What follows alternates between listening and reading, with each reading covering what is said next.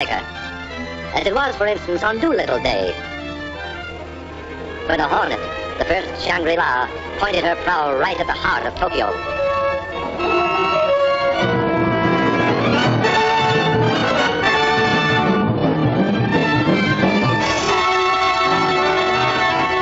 This was the first brief answer to Japan that came from the skies. It was not to be the last. General Doolittle vowed, "We're going back to Tokyo, and we shall go in full array and with mighty allies." A weapon was ready.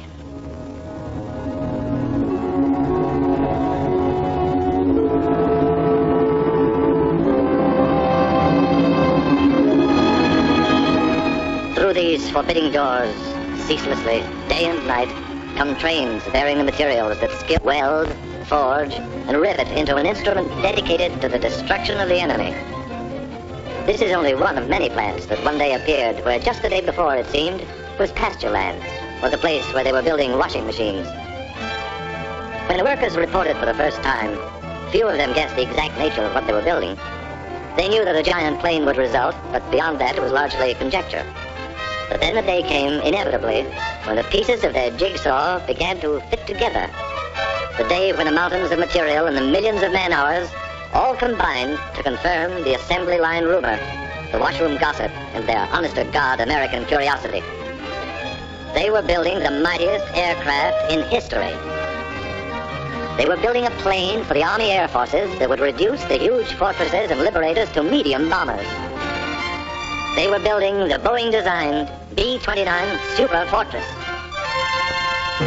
And this is how they built it. Enough aluminum is stored here to lay a silver carpet over every street in Tokyo. Aluminum sheet to be brought to life by these machines and the workers who operate them. They give it shape and personality. Their stamping machines, their presses, lathes and drills, coax it and pound it and pierce it into the multiple patterns prescribed in 50 tons of blueprints. It was bauxite a month ago, dead in the ground. Miners dug it out of the Arkansas hills. And then in some distant factory, bauxite came in at one end and aluminum sheet rolled out the other. One day from now, in the stratosphere above the clouds, it will mirror the sun. In a month, out of the ground and into the sky. These will be the wings to take it there. From the confusion of manpower and equipment within this massive jig will emerge the fabulous 117, a wing of completely new design, which will carry more weight, faster and higher than any other wing. The jigs themselves, the fixtures and the tools were designed so that unskilled workers could be expert with them in a week, whether they were farmers or clerks, cotton pickers or housewives, salesmen or ex-soldiers. The wing is of awesome weight and dimension, yet a girl can lift it, with about the same effort that she would need to adjust the flower in her hair. Space and the handling of bulky parts have always been problems in assembly production. The engineers who designed this plant solved both problems at once with a few strokes on their drafting boards. They moved traffic to the ceiling. Thus they allowed workers more time at machines, and machines more time at work.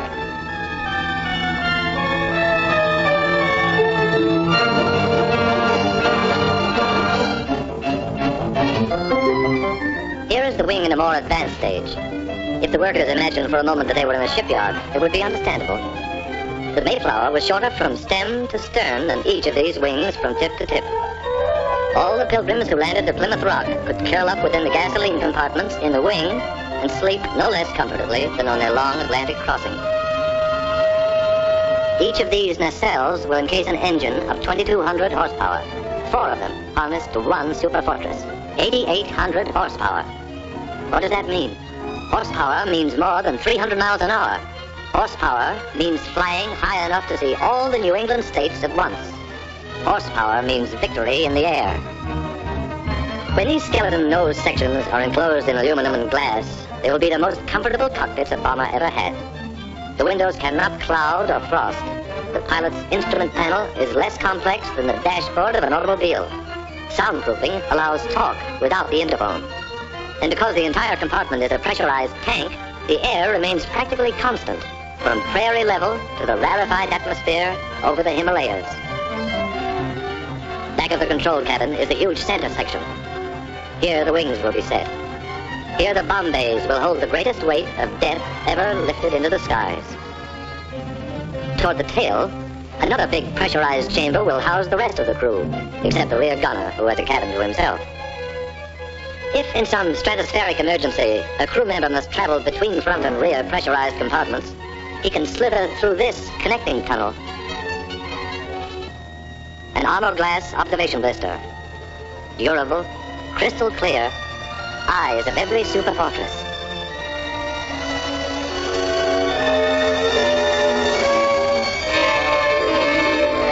The prefabricated sub-assemblies are manufactured by other contractors and shipped to this plant by the carload.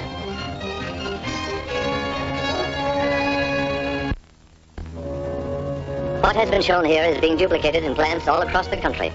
Identical miracles of modern machinery, nursed and tended and made productive by people who look and think like these people. The fair, the dark, people with deft hands and unblinking eyes, the strong with their willing muscles, and those less strong, but as willing, the braided schoolgirls, the white-haired grandmothers, the old young, the young old, the little ones, and the less little ones, working together in intimate harmony. Their product, death. Their goal, peace. These workers are the lucky ones who see the finished product of their labor roll off the line. Every hour of every day, they are witness to this awe-inspiring ceremony. This tremendous wedding of material and man-hours, this climax in the history of man's conquest of the air.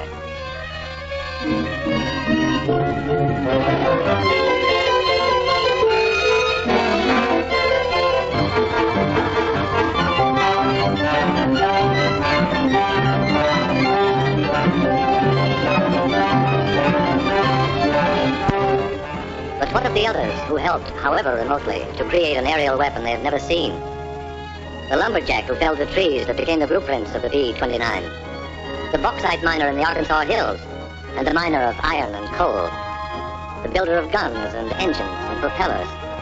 The grimy, sweating men who cast the cylinders and forged the crankshaft. The maker of tires, electrical equipment, instruments and safety wires. The citizens who paid for the superfortress with their purchases of war bonds. Theirs are isolated lines of effort, initiated all across the land and converging eventually beneath this vaulted roof. Here, the sum of their energies assumes shape and stature and meaning. Here is the final meeting of every effort and every part.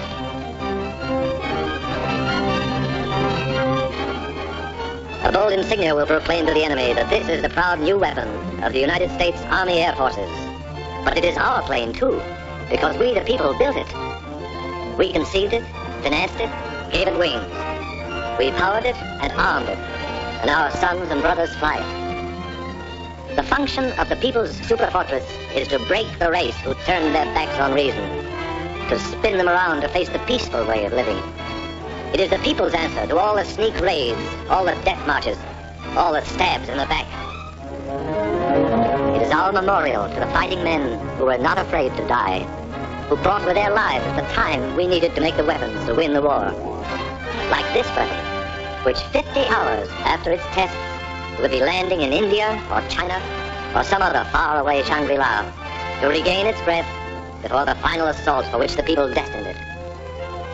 Within the plant, work proceeds, but the workers cock their ears for a sound that regularly drowns the clatter of their tools. It is more than a sound. It is a song. This is the song they hear.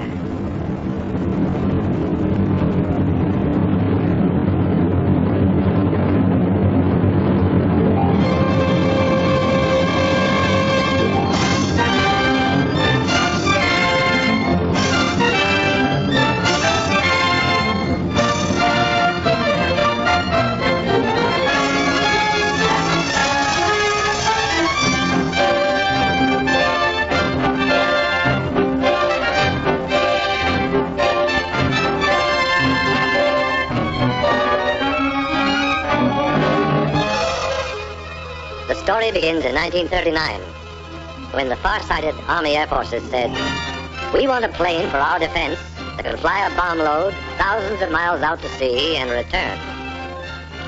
After 6 months' work, there was a tiny model. We spent the next 6 months in a wind tunnel. And then there was a full-scale model which was subjected to every punishment man could devise for it. Only after a year of such tests did the Air Forces let contracts for planes that would be built to fight. The B-25 Mitchell is a big, strapping bomber, 67 feet across the wings, but it could reach Japan only if it took off from an aircraft carrier. Much bigger is the famed B-17 Fortress.